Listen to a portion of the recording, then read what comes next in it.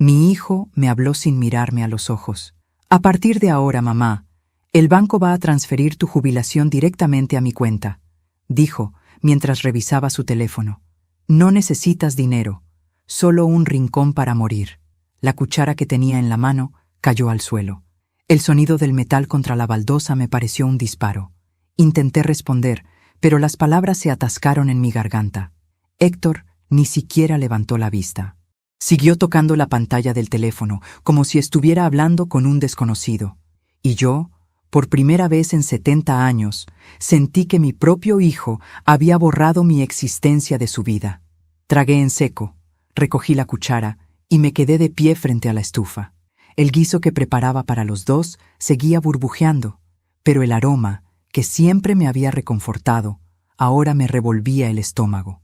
La casa, mi casa, me resultó ajena de pronto. Esa noche, mientras el reloj marcaba las 11, me quedé sentada en la oscuridad del comedor. El silencio pesaba más que los años. A lo lejos, escuchaba la risa de Verónica, su esposa, en el dormitorio. Esa mujer había logrado lo que ni la pobreza ni la viudez pudieron: arrancar de mi hijo cualquier rastro de compasión. Desde que se casaron, todo cambió. La casa, que alguna vez fue refugio, se convirtió en prisión. A veces, cuando la escucho reír, recuerdo la primera vez que la vi. Era joven, bonita, con esos modales falsos que ocultan la soberbia. Su hijo tiene un gran corazón, señora, me dijo aquella tarde mientras yo servía café. No imaginaba que, años después, sería ella quien se lo arrancaría pedazo a pedazo. Pero antes de continuar, quiero hacerte una invitación muy especial. Suscríbete al canal y deja tu me gusta. Esto me ayuda a ver que me apoyas y disfrutas de mis historias. Y comenta aquí abajo desde qué ciudad nos estás viendo. Ahora continuemos. Aquella noche no encendí la luz del dormitorio. El aire olía a humedad y a tristeza. Sobre mi mesa de noche estaba la fotografía de Héctor cuando tenía 8 años, sonriendo sin dientes, abrazado a un perro callejero que rescatamos entre los dos. Él era mi vida. Trabajé 40 años como maestra de primaria, levantándome antes del amanecer, cosiendo mis propios vestidos, renunciando a todo placer para darle lo mejor. Y ahora, ni siquiera me llamaba mamá, solo Lucía. Las lágrimas me ardieron, pero no las dejé caer. A esta edad, una aprende que el llanto no sirve cuando el corazón ya está roto. A la mañana siguiente, Verónica me esperó en la cocina. Tenía una sonrisa tan falsa que dolía. «Lucía», dijo mientras removía su café, «no te lo tomes a mal. Héctor solo quiere ayudarte». «¿Ayudarme?», quitándome mi dinero. «Es por tu bien. A tu edad ya no necesitas tanto. Además, el banco es complicado, y tú ya no estás para esos trámites». Sus palabras eran dulces, pero cada una era un cuchillo. «No te preocupes, querida», le respondí con calma. «No me ofendo». Ella sonrió, creyendo que me había domado. No sabía que detrás de esa calma había algo nuevo, una determinación que ni ella ni mi hijo conocían. Durante el día, fingí normalidad. Hice mi cama, barrí, cociné. Pero mientras lavaba los platos, una idea empezó a tomar forma en mi mente.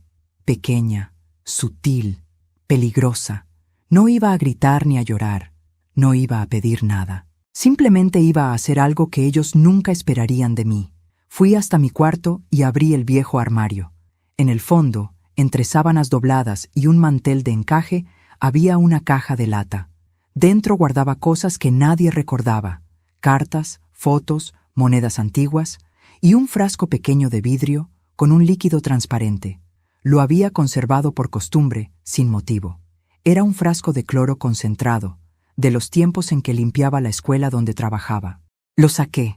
Lo observé contra la luz. No tenía un propósito aún, pero sabía que esa noche lo tendría. Cuando cayó la tarde, preparé la cena como siempre: arroz, carne estofada y pan recién hecho. Héctor llegó del trabajo con el mismo gesto distante de los últimos meses. «¿Ya hiciste los trámites del banco?», preguntó sin siquiera saludar. «Sí», mentí. «Ya lo hice». «Perfecto», dijo, sirviéndose una copa de vino. «Verónica y yo hablaremos con el gerente mañana». Yo asentí sin decir nada. Durante la cena no hubo conversación. Solo el sonido de los cubiertos y la televisión al fondo. Cuando terminaron, se fueron a dormir. Yo me quedé recogiendo los platos y limpiando la mesa. A medianoche me levanté. El reloj marcaba las 12. El silencio era tan profundo que podía oír mi respiración. Fui a la cocina. Abrí el refrigerador y me quedé mirando su interior iluminado. Dentro, sobre la bandeja del medio, puse un plato cubierto con papel aluminio. Encima, el postre favorito de Héctor, flan casero, y junto a él, una jarra con agua. Todo parecía normal, pero en el fondo, bajo una envoltura de plástico, escondí los documentos del banco, las copias de los formularios que él había falsificado para transferir mi pensión. Los había recuperado esa tarde, cuando Verónica los dejó sobre la mesa sin sospechar que yo los reconocería. Ahora, descansaban congelados dentro del refrigerador, encerrados en una bolsa con agua sólida. Sabía que él los buscaría al día siguiente, creyendo que todo estaba bajo control. Esa noche dormí poco, pero tranquila. Por primera vez en mucho tiempo, sentí que el miedo se había transformado en algo distinto. Poder. El amanecer llegó con su rutina. Pasos, puertas, olor a café. Yo estaba sentada en la cocina cuando Héctor abrió el refrigerador. Todo fue cuestión de segundos. Primero, el silencio. Después, un golpe seco, el sonido de vidrio chocando contra el piso. Y finalmente, su grito. Un grito tan fuerte que hizo vibrar las paredes. Un grito de miedo, no de dolor. Verónica corrió desde la habitación. «¿Qué pasa?», gritó. Héctor solo señalaba el refrigerador, temblando. Dentro, sobre la bandeja, los documentos flotaban en el bloque de hielo, perfectamente visibles, con mi firma al lado de la suya falsificada. Encima, una nota mía. Nunca subestimes a una madre, ni siquiera a una vieja. Me levanté despacio, lo miré a los ojos y dije, «Buenos días, hijo». «¿Te sirvo café?». Él no respondió, solo se alejó, pálido, con las manos temblando. Y yo, por primera vez en años, volví a sonreír. El ruido del refrigerador aún resonaba en mi cabeza cuando me senté junto a la ventana. La mañana estaba fría, con un sol débil que apenas alcanzaba a iluminar el jardín. Las manos me temblaban, no de miedo, sino de cansancio. Era el cansancio de toda una vida, de haberlo dado todo y haberme quedado sin nada. El reflejo en el vidrio me devolvió la imagen de una mujer que ya no reconocía. El cabello blanco, la piel marcada, los ojos opacos, y sin embargo, detrás de ese rostro gastado, todavía vivía la muchacha que fui alguna vez. La que soñaba con una familia, con un amor sincero, con un hijo que la abrazara sin vergüenza, la misma que creyó que la bondad siempre era recompensada. Qué ingenua fui. Me casé a los 22 años con Samuel, un hombre de manos firmes y sonrisa fácil. No teníamos nada, solo una habitación alquilada y una radio vieja que siempre sonaba con interferencias. Pero éramos felices. Cuando Héctor nació, Samuel lloró. Nunca lo olvidaré. Sus lágrimas caían sobre el cuerpo del bebé como una promesa.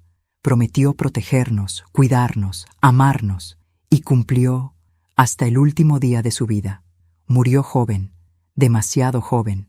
Un accidente en la construcción donde trabajaba. Yo tenía 36 años, y Héctor apenas 10. Ese día el mundo se partió en dos, el antes y el después. El antes olía a pan recién hecho, a domingos en el parque, a risas compartidas.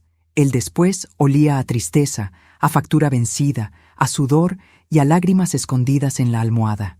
Trabajé sin descanso, mañanas en la escuela, tardes cosiendo ropa ajena, noches dando clases particulares. Héctor era mi motivo. Cada vez que lo veía dormir, sentía que valía la pena. Decía que algún día me compraría una casa con jardín, para que no vivas en el ruido del mundo, mamá. Y yo le creí. Fui madre y padre, maestra y enfermera, guía y sombra. No hubo cumpleaños sin torta, ni invierno sin abrigo. A veces me privaba de comer para que él tuviera leche y pan. Recuerdo una noche en que se me rompieron los zapatos y fui al trabajo descalza hasta la puerta de la escuela, para no ensuciar los pisos de la directora. Ella nunca lo supo, nadie lo supo. Pero mi hijo, mi pequeño Héctor, sí lo vio, y me abrazó con tanta fuerza que pensé que nunca se separaría de mí. No sé cuándo empezó a cambiar. Quizás fue cuando consiguió su primer trabajo. Ya no me miraba igual, ya no me pedía consejo. Y yo, tonta, pensaba que era parte de crecer.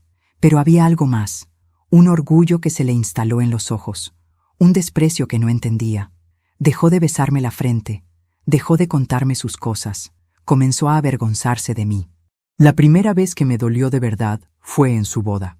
Verónica se veía espléndida, eso no lo niego, pero durante la ceremonia, cuando el sacerdote le pidió que agradeciera a sus padres, Héctor solo miró a la madre de Verónica. Ni una palabra para mí, ni una mirada, como si yo no existiera.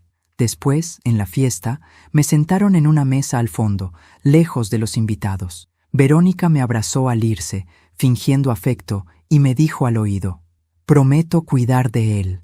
Usted ya ha hecho suficiente». Aquellas palabras me atravesaron el alma. Ya ha hecho suficiente. Era su manera elegante de decir que sobraba.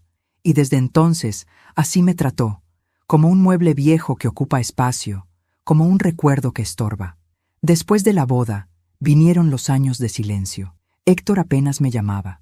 Cuando lo hacía, era para pedirme dinero o para preguntarme si podía vender el terreno de su padre. Yo siempre decía que sí, porque pensaba que eso lo haría feliz. Y cada vez que le daba algo, creía que estaba comprando su cariño de nuevo. Nunca aprendí que el amor no se compra ni se mendiga. Verónica fue quien tuvo la idea de mudarse conmigo cuando vendieron su departamento. Dijo que así me acompañarían en mi vejez. Yo, ingenua, acepté. Pensé que era una oportunidad para recomponer la relación, pero lo que hicieron fue instalarse aquí como dueños. Cambiar mis muebles, tirar mis cosas, transformar mi casa en un campo de batalla donde mi voz no valía nada. El primer mes todavía cocinaba para los tres. Luego me prohibieron usar la cocina para no hacer desorden. A veces me daban un plato de comida fría en la habitación. Y cuando me quejé, Héctor me dijo: «No seas dramática, mamá. Ya no puedes andar moviéndote como antes, como si la vejez fuera una enfermedad». Esa fue mi vida durante años. Silencio, resignación, obediencia. Hasta esa mañana en que me quitó la jubilación. Hasta ese instante en que mi hijo me borró del mundo con una sola frase. Pero algo se quebró dentro de mí. Algo que llevaba décadas durmiendo. Y esa fractura se convirtió en fuego. Desde aquella noche del refrigerador, he sentido algo extraño. Una calma nueva. Ya no lloro por lo que perdí, sino por lo que estoy a punto de recuperar. Mi dignidad. La vieja Lucía, la que mendigaba afecto, murió el mismo día en que mi hijo abrió la puerta del congelador. La que queda ahora es otra. Una mujer que aprendió que el amor no debe doler y que hay silencios más poderosos que cualquier grito. A veces me miro al espejo y me digo en voz baja: «Lucía, nadie volverá a quitarte lo que es tuyo». Y lo digo sin temblar, con la voz firme, porque si algo aprendí después de 70 años, es que no hay peor traición que la de un hijo que olvida a la madre que lo enseñó a amar. Y esa lección, pienso devolvérsela pronto. Después de lo del refrigerador, la casa se volvió un campo minado. No había gritos, pero sí miradas que pesaban como piedras. Verónica no me hablaba. Cuando lo hacía, era solo para dar órdenes. Héctor fingía calma, pero cada gesto suyo era una amenaza. Podía sentir su rabia hervir bajo la piel, una rabia muda, fría. Una tarde, lo escuché hablando por teléfono en el jardín. «No, no pasa nada», decía. «Solo fue un susto. Ya está vieja, pierde la cabeza». Me quedé quieta, detrás de la puerta, oyendo cómo mi propio hijo justificaba mi cordura ante alguien. «Ya está vieja, pierde la cabeza». 4 palabras que borraban toda mi historia, mis años de trabajo, mis recuerdos. 4 palabras que lo convertían en extraño. Esa misma noche me quitaron las llaves de la casa. Verónica se acercó con su tono dulce de siempre y dijo: «Lucía, es mejor así. Últimamente te distraes y dejas la puerta abierta. No queremos accidentes». Accidentes. Así le llamaban ahora a mi libertad. A partir de entonces, mis días se hicieron lentos. Desayunaba sola, con pan duro y café recalentado. Ellos comían en el comedor, riendo, planeando viajes, hablando de cosas que ya no incluían mi nombre. A veces los oía desde mi cuarto. Sus voces eran como ecos de una vida ajena. Pasaba las horas mirando por la ventana. Desde allí podía ver el árbol de limones que Samuel y yo plantamos cuando nació Héctor. Ese árbol ha resistido tormentas, sequías, podas brutales, y todavía da fruto. Cada vez que lo veía, me decía a mí misma, si el árbol sigue de pie, yo también puedo hacerlo. Una tarde, escuché que alguien golpeaba suavemente la reja. Era Elvira, mi vecina de toda la vida. Tenía mi edad, el cabello corto y las manos agrietadas por los años de enfermera. La misma mujer que me ayudó cuando nació Héctor, cuando Samuel murió, cuando la vida dolía demasiado. Lucía, susurró, hace días que no te veo. ¿Estás bien? No puedo hablar mucho, le dije, mirando hacia atrás. Me quitaron las llaves. Ella me observó en silencio, comprendiendo más de lo que yo decía. Te dejaré algo en el buzón, murmuró. Revisa esta noche. Cuando cayó la noche y todo estuvo en calma, fui hasta la puerta. Dentro del buzón había una bolsita de tela. Adentro, un pequeño celular viejo, de esos con linterna, y un papelito que decía, por si necesitas ayuda. Me llevé el teléfono al pecho, temblando. No recordaba la última vez que alguien había hecho algo tan simple y tan humano por mí. Los días siguientes fingí obediencia. Respondía con una sonrisa a todo. Sí, Verónica, tomaré mis pastillas. Sí, Héctor, ya apagué la estufa. Me dejé arrastrar por su falsa compasión hasta que bajaron la guardia. La debilidad era mi disfraz. Y detrás de él, mi mente trabajaba sin descanso. Empecé a usar el teléfono de Elvira solo por las noches. Nos comunicábamos con mensajes breves. ¿Estás bien?, escribía ella. Sí, todo bajo control, respondía yo. Hasta que una noche le pedí algo que me costó escribir. Necesito un favor, Elvira. Algo importante. Ella tardó en responder, pero lo hizo. Lo que sea, amiga, solo dime. A la mañana siguiente, fingí sentirme mal. Me toqué la cabeza, caminé lento, dije que tenía mareos. Verónica, harta, llamó a Héctor. Tu madre no puede seguir así, le dijo. Si se desmaya o se cae, será nuestra culpa.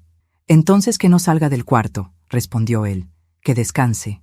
Y así lo hicieron. Me encerraron. Cerraron la puerta con llave, dejándome solo un vaso de agua y una bandeja de comida. Por tu bien, dijeron. No sabían que me hacían un favor. Esa habitación se convirtió en mi santuario. Allí, donde creían tenerme prisionera, comencé a construir mi libertad. En la pared del armario aún guardaba los ahorros que Samuel me había dejado, monedas de oro y algunos billetes viejos envueltos en papel. Habían dormido allí por más de 30 años, esperando un propósito. Ahora lo tenían.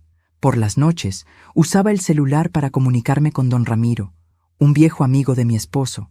Había sido gerente del banco donde depositaba mi pensión.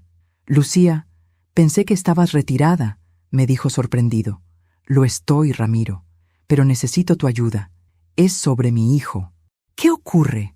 Solo diré que necesito cambiar la titularidad de mi cuenta. En silencio. Eso no es sencillo. Nada lo es, Ramiro. Pero sabes que siempre fui una mujer de palabra. Él suspiró al otro lado de la línea. Está bien, Lucía, lo haré. Pero ten cuidado. No te preocupes. Nadie sospechará nada. Así, noche tras noche, empecé a recuperar lo que era mío. Mientras ellos dormían, yo tejía mi justicia con paciencia. Elvira me traía pequeñas cosas, un sobre, un documento, un sello bancario. Cada pieza encajaba como un hilo invisible. Cada paso me acercaba más a la verdad y a la revancha. Durante el día, escuchaba a Verónica riendo, hablando por teléfono, planificando viajes. Una vez la oí decir, en cuanto vendamos esta casa, nos vamos de aquí. Yo, desde el cuarto, apreté los dientes. Sabía que su ambición sería su ruina. El encierro duró 3 semanas. Al final, Héctor entró una mañana con gesto compasivo. ¿Cómo te sientes, mamá?, preguntó. Mejor, hijo, le dije con voz débil. Muy mejor. Me miró con una mezcla de alivio y lástima. Eso es bueno. Verónica dice que tal vez podrías ir a un hogar de ancianos. Si es lo mejor para ustedes, claro que sí, respondí, bajando la mirada. Vi cómo su sonrisa se ensanchaba. Creía haber ganado. Y yo supe que estaba a punto de devolvérselo todo, con intereses. Esa noche, mientras el viento golpeaba las ventanas, abrí mi cuaderno y escribí. Me quitaron las llaves, pero no la razón. Me encerraron el cuerpo, pero no el alma. Y lo que un hijo roba por ambición, una madre puede recuperarlo con paciencia. Apagué la luz, y por primera vez en mucho tiempo dormí tranquila.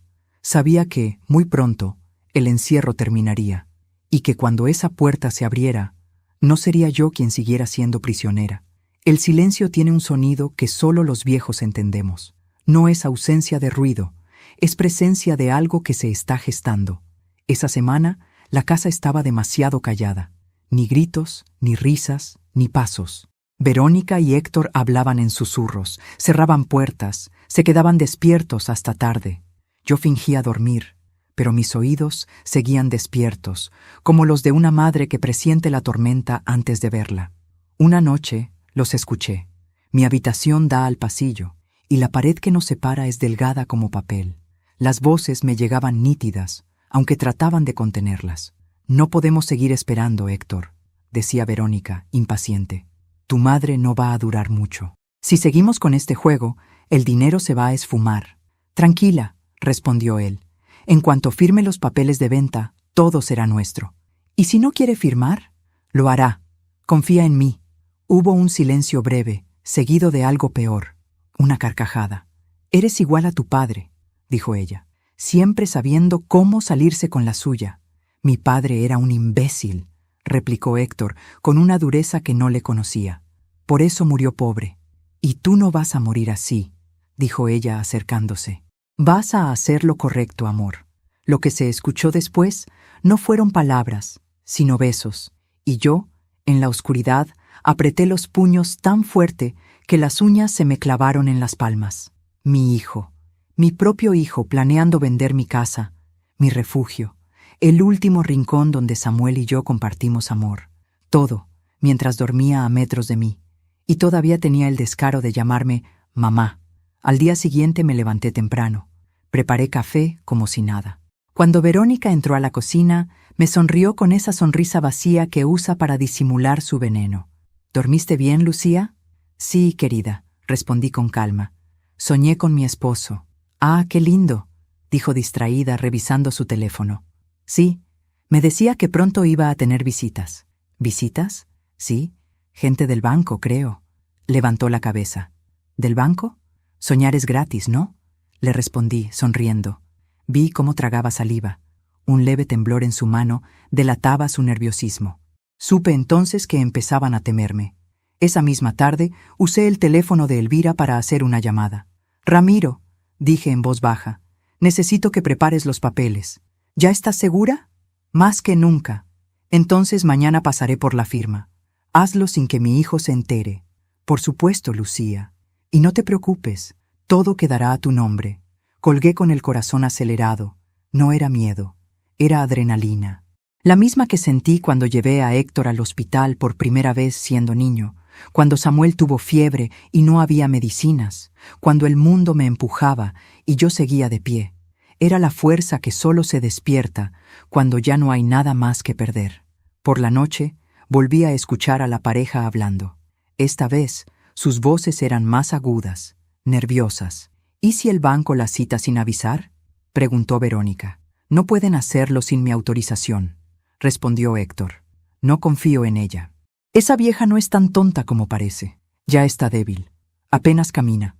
No tiene idea de lo que pasa». Reí en silencio. Si supieran lo rápido que aún pienso, se asustarían. Si supieran lo mucho que escucho, dejarían de hablar. A la mañana siguiente, cuando Héctor se fue al trabajo, Verónica se quedó en casa. Me llevó el desayuno al cuarto, un gesto que habría sido amable en otro tiempo, pero que ahora olía a veneno disfrazado de compasión. «Aquí tienes, Lucía», dijo. «Tienes que alimentarte bien». «Qué detalle el tuyo, hija», respondí, usando la palabra hija como un arma. Ella sonrió apenas, con fastidio. «Dentro de unos días tendremos buenas noticias», anunció. «¿Ah, sí? ¿Qué tipo de noticias?» «De esas que cambian la vida», contestó, girando sobre sus tacones. Cuando se fue, me levanté y escondí el plato bajo la cama. No confiaba en lo que había dentro. El sabor de la comida era distinto, metálico. El instinto nunca me falló, y esa vez no iba a empezar. Por la tarde, Elvira se acercó con un sobre. «Aquí está todo», me dijo. Don Ramiro lo preparó. Lo abrí. El documento que transfería la casa a mi nombre, con una cláusula especial. En caso de fallecimiento, pasaría a ser propiedad de una fundación para mujeres mayores sin hogar. No a mi hijo, no a su esposa, a otras como yo. Sentí las lágrimas correr por mis mejillas. «Gracias, Elvira». «No me des las gracias», dijo. «Solo prométeme que serás cuidadosa». «Siempre lo fui», respondí. «Pero ahora también seré peligrosa». Esa noche escribí una carta. La dejé sobre mi mesita, bajo el retrato de Samuel. Si un día no despierto, no lloren por mí. No fui víctima, fui testigo de mi propia guerra, y la gané sin disparar una sola bala. Luego guardé otra carta en el armario, destinada a Héctor. En ella le explicaba que ya sabía todo, que si algún día encontraba esa nota, sería porque lo había perdido todo, exactamente como me perdió a mí. Cuando Héctor regresó a casa, algo en su rostro había cambiado. Demasiada calma, esa clase de calma que precede a la violencia. «Mamá», dijo con voz suave, «mañana vendrán del banco». «Ah, sí, qué sorpresa. Solo necesitamos tu firma. Nada más». «Claro, hijo, firmaré lo que quieras». Sus ojos se iluminaron, creyendo que por fin me había rendido. Me tomó de la mano, fingiendo ternura. Sabía que ibas a entender. Yo le devolví la sonrisa. «Sí, hijo, lo entiendo todo». Cuando se fue a dormir, me quedé sola en la cocina, mirando la penumbra. El sonido del refrigerador llenaba el silencio como un recordatorio. Pensé en Samuel, en cómo él siempre decía: «Hay batallas que solo se ganan cuando el enemigo cree que ya venció». Esa frase me acompañó hasta el amanecer, y cuando el sol empezó a colarse por la ventana, supe que había llegado el momento de poner mi plan en marcha. Antes de dormir, recé en voz baja. No pedí justicia, ni venganza. Solo pedí lucidez. Porque en la vida, a veces el castigo más grande no es la muerte, sino el remordimiento. Y esa sería mi herencia para mi hijo. El día amaneció con una calma que me dio miedo. El cielo estaba limpio, el aire quieto, y la casa parecía contener la respiración. Héctor había salido temprano al banco, acompañado de Verónica. Dejaron sobre la mesa una carpeta de documentos, la misma que, según ellos, pondría todo en orden. Me senté frente a esa carpeta durante horas, sin tocarla. Solo la miraba, como si mirarla fuera suficiente para entender su veneno. Sabía lo que contenía: la venta de mi casa, la cesión de mi cuenta y el cierre definitivo de mi independencia. Era su golpe final. Y lo mejor de todo era que ellos creían que yo iba a dárselo con mis propias manos. Cuando volvieron, la tarde ya se había teñido de naranja. Verónica traía ese perfume caro que siempre me da náuseas, y Héctor caminaba con la arrogancia de quien cree que ha ganado. «Mamá», dijo él, con una sonrisa que me resultó extraña, «hoy es un día importante». «¿Ah, sí?» «Sí. Vamos a terminar con los trámites. Ya no tendrás que preocuparte por nada». Verónica se sentó frente a mí y me miró fijamente. «Solo falta tu firma», dijo, empujando la carpeta hacia mí. «Aquí». Me temblaron las manos, pero no de miedo. Era la emoción de una actriz antes del acto final. Tomé el bolígrafo, abrí los papeles y fingí leer sin comprender. «¿Y esto es del banco?», pregunté con voz frágil. «Sí, mamá». «Confía en mí», respondió Héctor, mirándome como si fuera un niño dándome instrucciones. «Claro que confío, hijo. Siempre lo hice». Y firmé. 1, 2, 3 veces, sin protestar.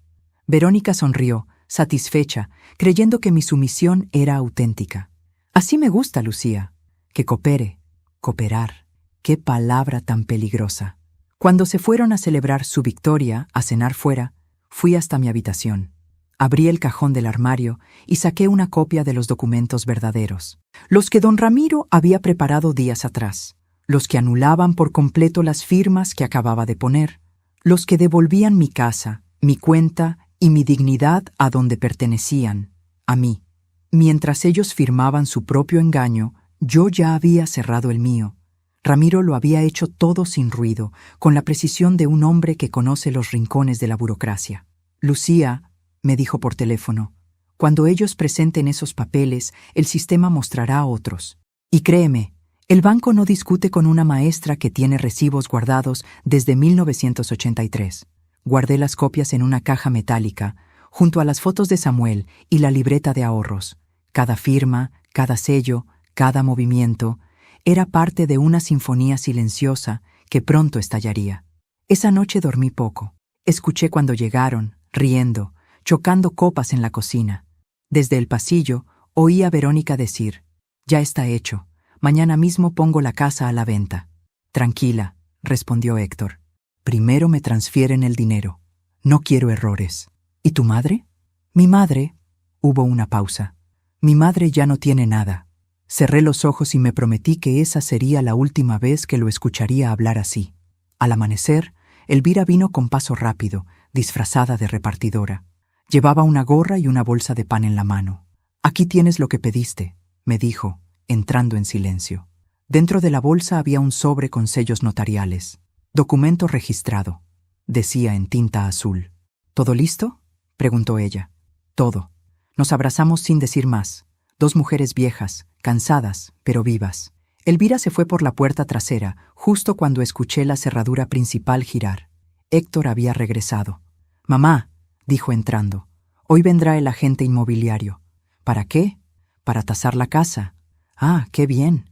Así sabrán cuánto vale lo que fue mi vida», respondí, sirviéndome café. Me miró con una mezcla de irritación y desprecio. «No empieces, mamá. No lo arruines». «Yo nunca arruino nada, hijo. Solo observo». Esa tarde, el agente recorrió la casa, tomando fotos, midiendo, haciendo preguntas. Yo lo seguía en silencio, mirando cómo sus dedos tocaban las paredes que Samuel había pintado con sus manos, el marco donde aún se veía su letra, los escalones donde Héctor dio sus primeros pasos. Era como si un extraño diseccionara mis recuerdos. Cuando terminaron, Verónica firmó unos papeles y salió a la puerta a despedirlo. Héctor se quedó atrás, revisando los documentos. «¿Estás contento, hijo?», le pregunté. «Por supuesto. Esto nos dará una vida mejor. ¿A ti o a nosotros?» «A todos», dijo, sin levantar la vista. «¿Y dónde viviré yo?» «En el hogar de ancianos que vimos el otro día». «Ah, claro. Ese con rejas en las ventanas». «Muy acogedor». Su silencio fue mi respuesta. Lo miré fijamente. No había amor en su rostro, solo una máscara de ambición. Y detrás de esa máscara, una sombra que no reconocía. Cuando cayó la noche, me encerré en mi cuarto. Saqué una libreta y escribí una sola frase. «El poder no lo tiene quien manda, sino quien sabe esperar». Luego encendí la radio. Una canción vieja, la favorita de Samuel, llenó la habitación. Por un momento me sentí en paz, casi feliz. Pero antes de dormir, me prometí algo.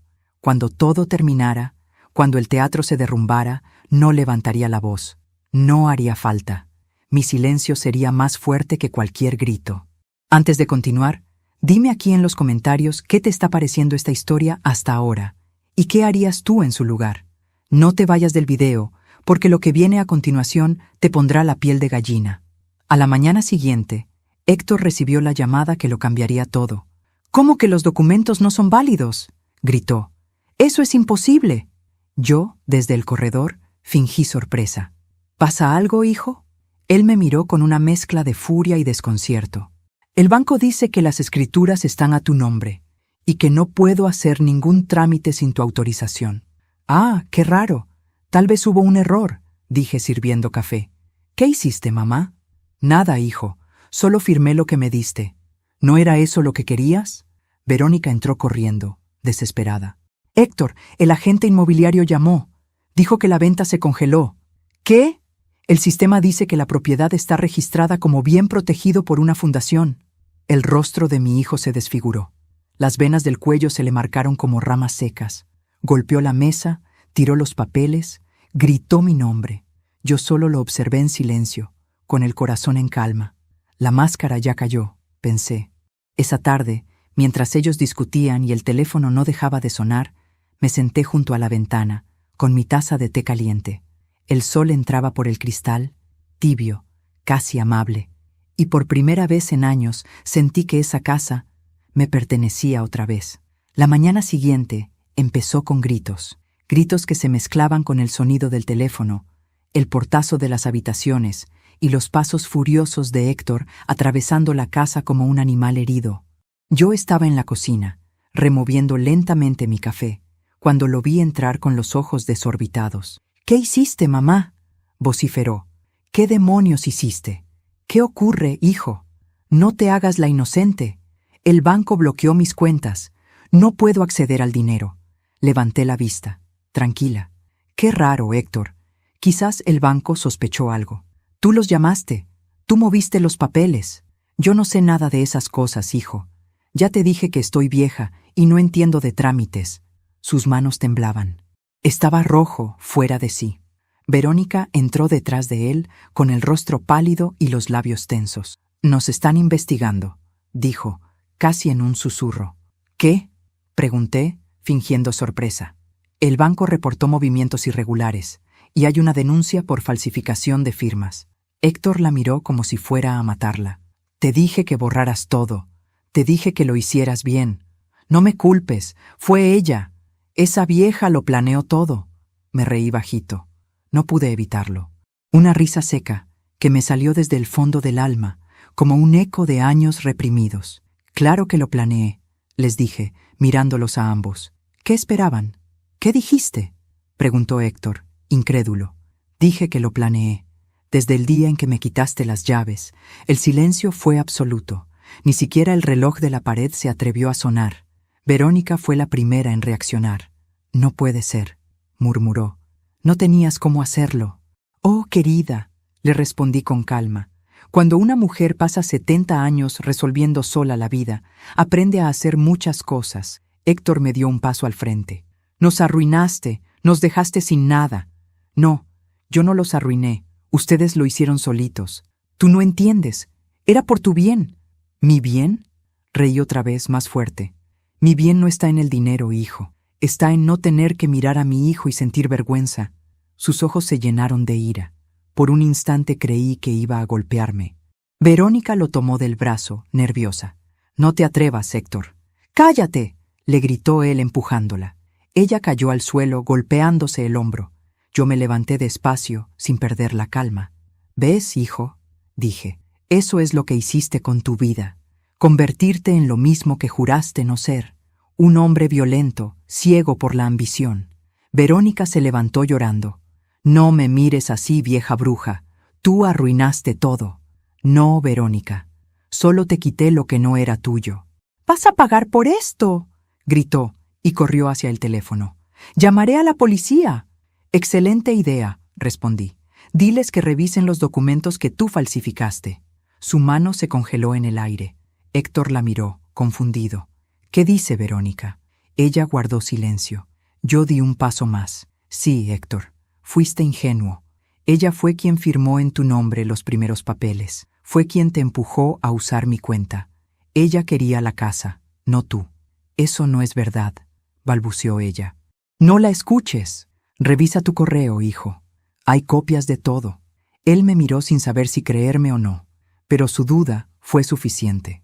Verónica, presa del pánico, corrió a la habitación y cerró la puerta con llave. Yo la oí sollozar del otro lado. Era el sonido más dulce que había escuchado en años. Héctor se dejó caer en una silla. Tenía la mirada perdida. Por primera vez en mucho tiempo, lo vi vulnerable. No como el hombre soberbio que me humilló, sino como el niño que una vez lloró entre mis brazos. «¿Por qué lo hiciste, mamá?», dijo en voz baja. «Porque ustedes me dejaron sin nada. Yo solo quería ayudarte». «No, querías adueñarte de lo que construí con mi vida. Y eso no es ayuda, hijo. Es robo». Sus lágrimas comenzaron a caer. Y, aunque me dolió verlo así, no me acerqué. No esta vez. Era su turno de entender lo que es estar solo. A las pocas horas, la policía llegó. Vecinos curiosos, sirenas, preguntas. Verónica intentó culparme, pero los documentos hablaban por sí solos. Las firmas falsas, las transferencias, las llamadas grabadas. Todo estaba allí, perfectamente ordenado. Ellos habían cavado su propia tumba legal. Los agentes se llevaron a Verónica primero. Ella gritaba, lloraba, maldecía.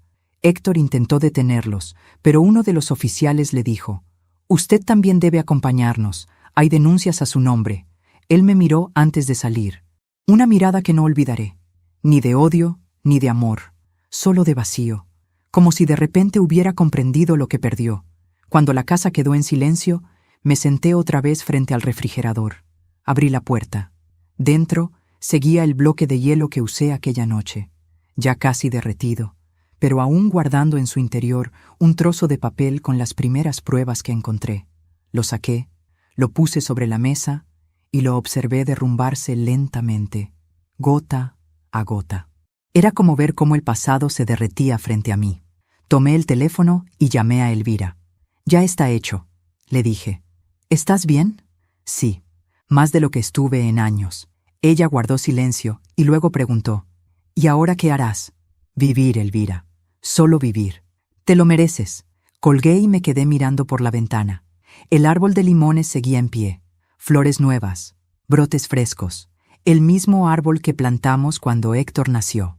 Me pareció un símbolo cruel y hermoso a la vez. La vida sigue, aunque las raíces estén heridas.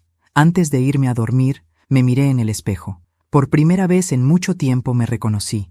No la mujer débil ni la madre olvidada, sino una mujer que sobrevivió a todo y que, sin derramar una gota de sangre, logró justicia. Escribí una última frase en mi cuaderno.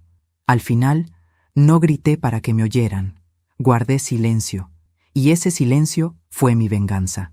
Apagué la luz y dormí profundamente, como quien, al fin, puede cerrar los ojos sin miedo. Han pasado 3 semanas desde aquella mañana. 3 semanas desde que la policía se llevó a Héctor y a Verónica, desde que los gritos llenaron la casa y el vecindario entero se enteró de mi historia. Desde entonces, la casa volvió a ser mía. Pero no era la misma. El silencio que antes me dolía, ahora me protegía. Era mi escudo, mi paz, mi forma de respirar sin miedo. Cada día me levantaba temprano, preparaba mi café y abría las ventanas para dejar entrar el sol. Las cortinas volvían a moverse con libertad. Los cuadros, antes guardados, regresaron a sus lugares, y el aroma de jazmín volvió a llenar los rincones. Era como si Samuel me acompañara de nuevo, caminando por los pasillos, sonriendo en cada rayo de luz. A veces me sentaba en el porche, a mirar el árbol de limones. El viento movía sus ramas con una dulzura que me hacía llorar, llorar sin rabia, solo con alivio. Por primera vez en muchos años, mi vida me pertenecía. Una tarde, Elvira llegó con una expresión que no supe descifrar. Tenía los ojos húmedos y el paso lento. «Lucía», dijo, dejando el bolso sobre la mesa. «Héctor salió». «¿De la cárcel?» «Sí. Firmó un acuerdo con el juez. Verónica se declaró culpable. Lo exoneraron parcialmente». Asentí sin emoción. No sentí odio ni alegría, solo un vacío sereno. «¿Sabes dónde está?», pregunté. «Dijeron que venía hacia aquí». Supe en ese instante que el destino no había terminado conmigo. Anochecía cuando escuché el golpe suave en la puerta. No fue un llamado arrogante ni impaciente. Fue tímido, casi temeroso. Abrí. Ahí estaba, mi hijo, más delgado, con el rostro marcado por la culpa y la vergüenza. Llevaba una mochila vieja al hombro y los ojos hundidos. «Mamá», susurró. No dije nada, solo me quedé mirándolo. Por un momento vi al niño que alguna vez fue, al que se escondía detrás de mi falda cuando tenía miedo, al que dormía abrazado a mi brazo. Él bajó la cabeza. «No vengo a pedirte nada», dijo. «Solo quería verte». «¿Y eso qué cambia?», pregunté. «Nada», admitió, «pero necesitaba hacerlo». Entró lentamente, miró alrededor, como si la casa lo mirara de vuelta. Tocó el respaldo de una silla, el borde de la mesa, la estufa. «Todo está igual», dijo. «Sí, lo que cambia no siempre se ve». Se sentó frente a mí y durante un rato no hablamos. El silencio entre nosotros pesaba más que cualquier palabra. Al fin, él lo rompió. «Tenías razón». «¿Sobre qué?» «Sobre Verónica. Sobre todo. Ella me usó, mamá. No lo hizo sola. Tú se lo permitiste». Él asintió tragando saliva. «Lo sé. Fui un cobarde. Quise tenerlo todo, y perdí lo único que importaba». «¿Y qué era eso?», pregunté. «Tú». Por primera vez en años, mis ojos se llenaron de lágrimas, pero no por tristeza. Era el peso de escuchar lo que creí que jamás oiría. Héctor se inclinó hacia mí y me tomó la mano. Su piel estaba fría. «Perdóname, mamá». No puedo deshacer lo que hice. No, no puedes, le respondí, pero puedes aprender a vivir con ello. Él me miró, y en sus ojos vi algo que no había visto nunca: sinceridad. La misma sinceridad que Samuel tenía cuando cometía un error y venía a disculparse. Por un instante sentí una chispa de ternura, pero duró poco. El daño seguía allí, profundo, irreparable. ¿Dónde vas a quedarte?, pregunté. No lo sé, respondió. Solo quería verte. ¿Y ahora? Ahora me iré. No quiero ser una carga para ti otra vez. Ya lo fuiste una vez, hijo. No lo vuelvas a hacer. Él bajó la cabeza. Lo sé, pero si algún día quieres verme... Héctor, lo interrumpí. Un hijo puede perderlo todo: el dinero, el trabajo, incluso el amor. Pero cuando pierde el respeto de su madre, no hay regreso.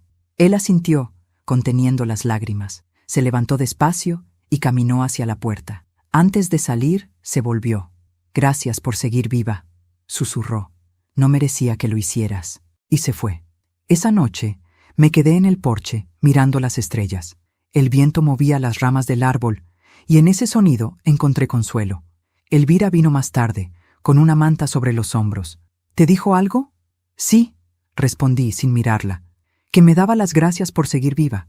¿Y qué le dijiste? Nada. A veces, el silencio es la única respuesta posible. Nos quedamos así, las dos, en silencio, hasta que ella murmuró: ¿Lo perdonaste, Lucía? Pensé durante un largo rato antes de responder. No lo sé, pero tampoco lo odio. Tal vez eso sea lo más parecido al perdón. Días después me llegó una carta sin remitente. Dentro, una foto. Héctor sentado junto al árbol de limones. Debía haber sido tomada antes de irse. En el reverso, con su letra temblorosa, una sola frase: Siempre fuiste más fuerte de lo que creí. Sonreí. No de felicidad, sino de comprensión. Porque al final, el amor de una madre no desaparece, solo se transforma. Ya no era la devoción ciega de antes. Era una forma serena de decir: ya te solté. Esa noche escribí en mi cuaderno: la caída de un hijo no siempre se escucha. A veces, solo se siente, como el eco de un corazón que se quiebra, pero sigue latiendo. Cerré el cuaderno y lo guardé en el cajón, junto a las fotos de Samuel. El pasado estaba completo, la herida cerrada, y aunque no sabía si Héctor volvería algún día, supe que yo ya no lo esperaría. El invierno llegó temprano aquel año. Las mañanas eran más frías, los amaneceres más grises, y el aire traía ese silencio que solo las almas cansadas entienden.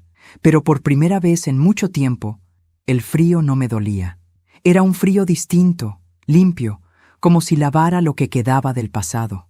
Han pasado 6 meses desde la última vez que vi a Héctor. No he vuelto a saber de él, ni lo espero. Y, sin embargo, cada mañana, cuando preparo café, miro hacia la ventana con la sensación de que sigue allí afuera, en algún lugar, respirando el mismo aire que yo. No con rencor, solo con distancia. La distancia que se necesita para sanar. Después de todo lo ocurrido, decidí que no quería morir en silencio, ni rodeada de recuerdos vacíos, así que abrí las puertas de mi casa. Literalmente. Un día, Elvira me trajo a una mujer mayor que lloraba en la plaza. Su hijo la había echado de casa. Tenía los ojos llenos de vergüenza. La dejé pasar, le preparé té, y sin pensarlo, le dije: «Puedes quedarte aquí unos días». Después vino otra, y luego otra. Y cuando quise darme cuenta, mi casa, aquella que mi hijo quiso vender, se había convertido en un refugio, un lugar para mujeres olvidadas, para las que la vida trató igual que a mí, con dureza, pero no con derrota. Cada noche las escucho reír, cocinar, cantar viejas canciones. La casa respira vida otra vez, y en cada una de ellas veo un pedacito de mí. Hace poco vino un periodista local. Había escuchado sobre la Casa de las Valientes, como la llaman en el barrio. Me pidió que le contara mi historia. Reí. Le dije que no era una historia de venganza, era una historia de memoria. Le conté que un día mi hijo quiso quitarme todo: mi dinero, mi casa, mi voz, y que, sin saberlo, me devolvió lo que nunca debí perder: mi dignidad. Él escuchó en silencio, tomó notas y antes de irse me preguntó: ¿Lo perdonó, señora Lucía? Sonreí. Perdonar no siempre es abrazar, le dije. A veces, perdonar es poder pronunciar su nombre sin que te tiemble el alma. Cada atardecer salgo al porche a ver el árbol de limones. Sigue ahí, firme, con sus ramas cargadas de fruto. A veces, una de las mujeres del refugio, Rosa, me acompaña. Ella siempre dice: «Este árbol no se muere nunca, Lucía». «No», respondo, «porque está acostumbrado a sobrevivir a las tormentas». Ella sonríe y me toma la mano, y en ese gesto simple encuentro todo lo que necesito. Elvira partió hace un mes. Su salud se apagó despacio, como una vela que ya dio toda su luz. Sus últimas palabras fueron para mí: «No dejes que te olviden, Lucía, que sepan que una mujer mayor también puede cambiar su destino». Le prometí que así sería, y he cumplido. Cada mujer que llega aquí escucha mi historia, no como un relato triste, sino como una advertencia. El amor no debe doler, ni siquiera cuando viene de un hijo. A veces, en las noches más frías, me despierto y creo escuchar pasos en el pasillo. Suelo pensar que es el viento, pero otras veces estoy segura de que es Héctor, no entrando, no pidiendo nada, solo pasando, en silencio, para asegurarse de que estoy bien. Y aunque nunca abro la puerta, sonrío, porque el amor entre una madre y un hijo, aunque esté roto, nunca desaparece del todo. Solo cambia de forma. Hoy cumplí 71 años. Las mujeres del refugio me prepararon una torta. Cantaron, me abrazaron y escribieron una frase en una cartulina: «Gracias por devolvernos la esperanza, Lucía». No pedí más regalo que ese, porque en esas palabras estaba todo lo que había buscado: reconocimiento, cariño y paz. Por la noche, cuando todas dormían, me senté frente al fuego y abrí mi cuaderno una última vez. Las páginas estaban llenas de letras torcidas, tachaduras, lágrimas secas, y escribí: «No nací para ser mártir, sino para recordarles que la vida no se detiene con el dolor, se reinventa, y que una madre puede perderlo todo, menos la fuerza de volver a levantarse». Apagué el fuego, me cubrí con una manta